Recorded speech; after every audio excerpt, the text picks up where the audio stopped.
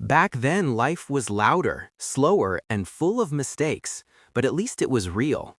Once upon a time in West Germany, kids played with knives, dads smoked in hospitals, and the milkman knew who you were sleeping with, all before breakfast.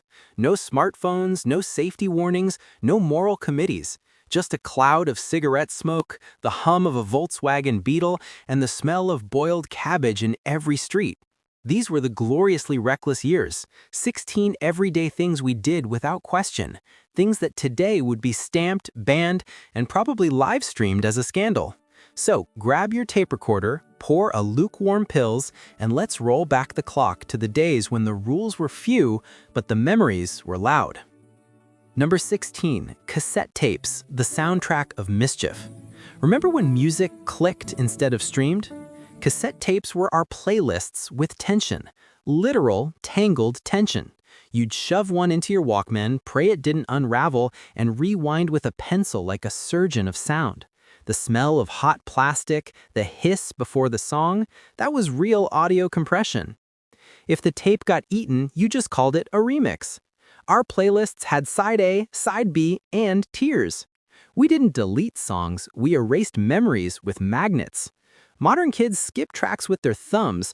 We risked mechanical surgery with Bic pens. That's dedication. Number 15, phone booth confessions, public privacy. You, a coin, and a glass box in the rain. You jam in your pen eggs, slam the receiver, and whisper secrets while the city walked by. No GPS, no caller ID, just pure analog honesty. The glass steamed, the rain tapped, and every conversation felt cinematic. We didn't hang up, we ran out of coins. Privacy meant fogging the window. Long-distance love was billed by the minute. Romance had an invoice. Today, calls are free, emotionless, and infinitely recorded. Back then, even the dial tone had soul. Number 14, telegrams, the drama in short sentences. When a telegram arrived, hearts stopped. The crisp knock at the door, the thick envelope, the smell of ink and fear. Births, deaths, weddings, all delivered in capital letters because urgency didn't have lowercase. We got bad news fast and good news never. Every telegram sounded like it came from God or your mother. No emojis, just existential panic. Now people text LOL when life changes. Back then, a message meant something, even if it cost a day's wage. Number 13, milk bottles on the doorstep, mornings with character. The clink of glass at dawn, cold air, mist, and that sweet, creamy smell of real milk. None of this carton nonsense. The milkman knew your secrets and your schedule, and if you forgot to bring in the bottles, the neighbor's cat did you the favor. Our recycling program had a name, Klaus the Milkman. Milk had cream, people had patience. We didn't scan barcodes, we trusted faces. Now, milk comes in plastic and nobody knows who delivers it. Progress or lactose intolerance for the soul. Number 12, coal stoves, warmth that fought back. That smell, smoky, metallic, stubborn. The living room glowed orange and you fed the fire like it was part of the family. Ash on the rug, soot on your sleeves, and pride in your breath. Heating wasn't automatic, it was an art. We didn't adjust thermostats, we argued about heat. If you didn't cough in winter, you weren't doing it right. Our air filters were called lungs. Today's heating apps can't replicate the symphony of crackle, shovel, and complaint that once defined German winters. Number 11, typewriters, the symphony of thought. Click, clack, ding, roll. The typewriter was a musical instrument for ambition. Mistakes were scars, whiteout was redemption. Each page smelled of ink and stress. If you wrote a love letter, it left a permanent dent. We didn't hit delete, we hit rock bottom. Spell check was called your boss. Every typo was a confession. Now we backspace through feelings. Then we pressed harder to make them last. Number 10, paper money and honest math. At the corner shop, every mark clinked. Every coin told a story.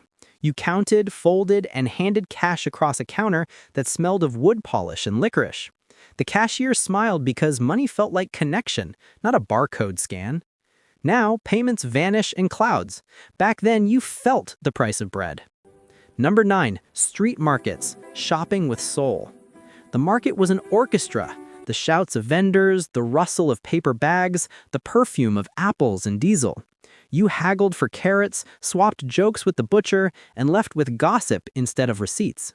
If the cheese didn't smell dangerous, you got scammed. Vegan meant you were broke, not enlightened.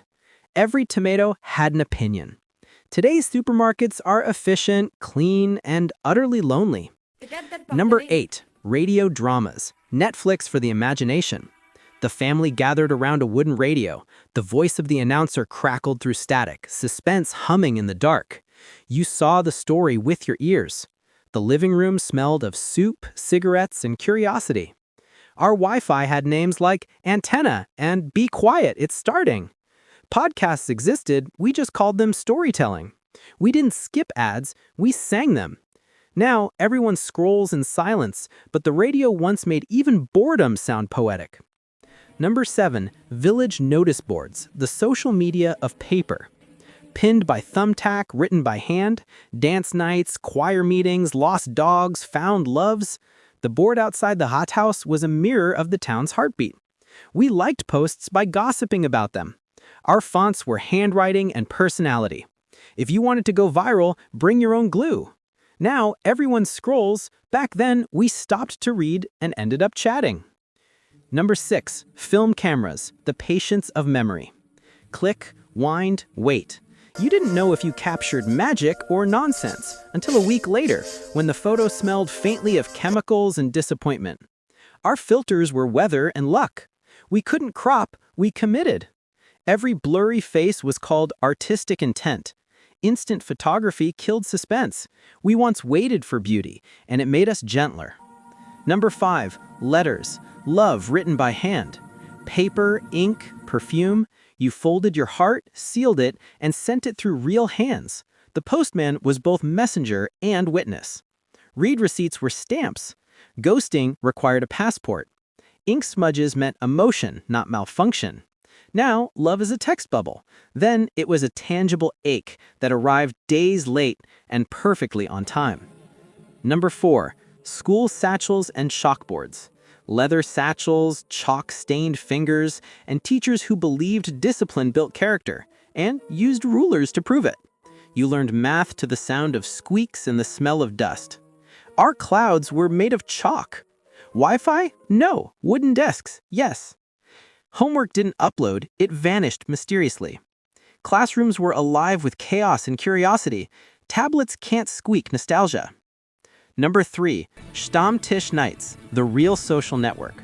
1 table, 10 regulars, infinite opinions. The Stammtisch was sacred. You debated, drank, and bonded until the smoke thickened and your accents softened. Our group chats had beer stains. If you left early, you lost the argument. You couldn't mute Hans, you endeared him. Now, social life fits in apps. Then, it filled a pub with laughter and stubborn truth. Number 2. Paper maps, getting lost with dignity. No GPS voice, just creased paper, stubborn men, and patient women. You navigated by instinct and divine intervention. If you got lost, you learned geography and humility. Recalculating meant marriage counseling. Every detour led to a bakery or a breakdown. Now we outsource discovery to algorithms. Once, even being lost had flavor. And number 1, smoking everywhere, the fog of civilization. Trains, planes, classrooms, hospitals, everyone smoked, and nobody apologized. The air was thick with nicotine, philosophy, and perfume. Our air had texture. Secondhand smoke was called conversation. We didn't vape, we committed. It was unhealthy, sure, but so was forgetting how alive it felt to breathe among others. These weren't just habits, they were the heartbeat of a slower, louder, more tactile Germany. A land of burned fingers, full ashtrays, honest mistakes, and real patience. We didn't swipe to connect, we knocked, shouted, smoked, and waited. Progress gave us comfort, but it also sterilized the soul. So, which one would you bring back? The milk bottles, the mixtapes, or the smell of coal on a cold morning? Tell me below and let's keep the memory burning, just like those old stoves, stubborn, smoky, and impossibly warm.